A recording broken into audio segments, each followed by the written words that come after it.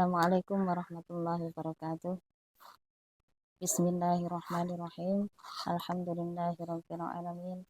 Wassalatu wassalamu ala asyrafil anbiya'i wal mursalin sayyidina wa maulana Muhammadin amma ba'd. La haula wala quwwata illa billahil aliyyil azim. Yang saya hormati seluruh pemirsa, seluruh kaum muslimin dan muslimat di seluruh Indonesia yang saat ini sedang menjalankan ibadah bulan Ramadan, ibadah puasa di bulan Ramadan. Kita berharap, kita berdoa kepada Allah Subhanahu wa taala, semoga kita senantiasa mendapatkan rahmat dari Allah, semoga kita senantiasa mendapatkan hidayah dari Allah sehingga kita bisa menjalankan ajaran Islam secara kafah, secara sempurna, sehingga kita bisa tergolong kepada umat Nabi Muhammad yang bisa udkhulul fisilmi kafah, yang bisa masuk ke dalam agama Islam secara sempurna. Hadirin yang dimuliakan oleh Allah, seluruh kaum muslimin dan muslimat, kita saat ini hidup dalam generasi, hidup dalam dunia yang serba modern.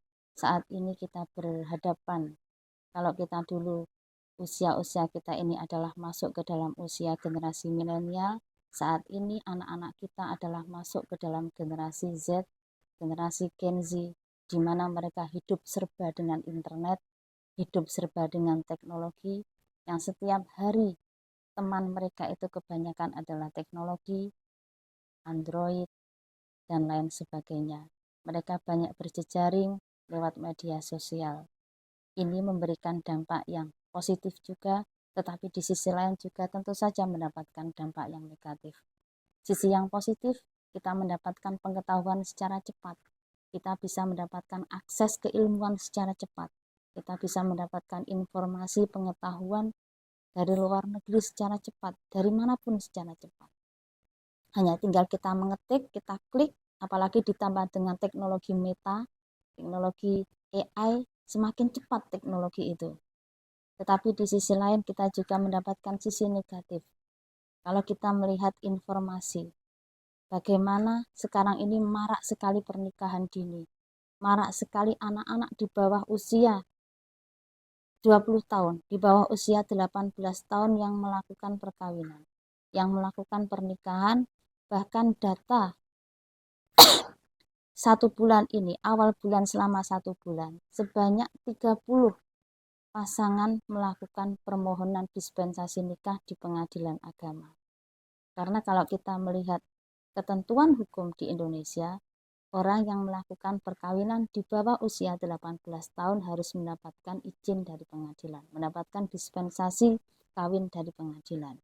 Ironisnya, sebagian besar yang melakukan permohonan dispensasi kawin adalah melakukan kawin terjadi hamil di luar nikah.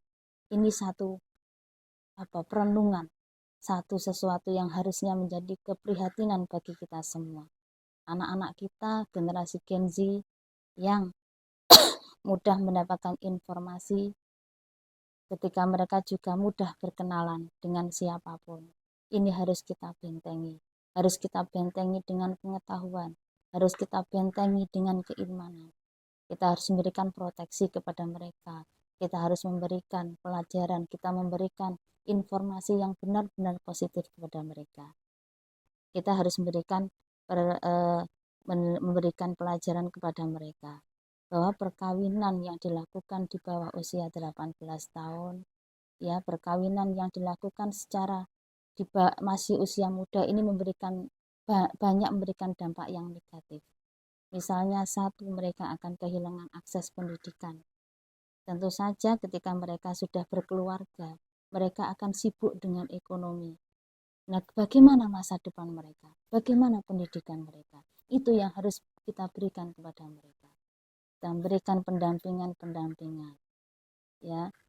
Kita memberikan pendampingan, kita memberikan pengarahan, kita memberikan motivasi, kita memberikan pelajaran bahwa ini perbuatan yang negatif. Ini harus dihindari. Jangan sampai kita jatuh terjerumus ke dalam seks bebas, dalam perbuatan zina. Kalau kita melihat dalam fikih jinayah, fikih jinayah itu fikih yang menjelaskan tentang pidana, bahwa perbuatan zina itu siksanya sangat besar sekali. Ya, dalam fikih jinayah berapa puluh cambukan gitu ya yang harusnya diterima oleh pelaku perbuatan zina. Itu kalau secara fikih. Kalau secara ekonomi, bagaimana mereka ketika mereka hamil di luar nikah kemudian menikah, bagaimana mereka menghidupi anak-anak mereka. Masa depan mereka itu juga harus kita pikirkan. Kita sebagai orang tua pun juga harus mengingat salah satu ayat Al-Quran, ku angfusakum wa ahlikum naro. Itu ku angfusakum wa ahlikum naro. Ini adalah anjuran dari Allah untuk kita menjaga generasi kita, menjaga anak-anak kita. Jangan sampai masuk ke dalam api neraka. Salah satunya tentu saja lewat pendidikan, lewat kita mendampingi mereka. Pendidikan pun juga bermacam-macam. Mari kita arahkan anak-anak kita, misalnya kita perkuat dengan ajaran-ajaran agama. Silakan kita perkuat dengan bekal mereka ketika mereka menatap masa depan, silakan. Tapi di sini peran orang tua itu sangat penting. Peran orang tua untuk selalu mendampingi mereka. Itu yang harus kita utamakan juga. Semoga kita berharap di bulan Ramadan ini kita semakin mendekatkan diri kepada Allah. Kita berdoa semoga generasi kita, anak-anak kita, cucu-cucu kita terlindungi dari perbuatan maksiat.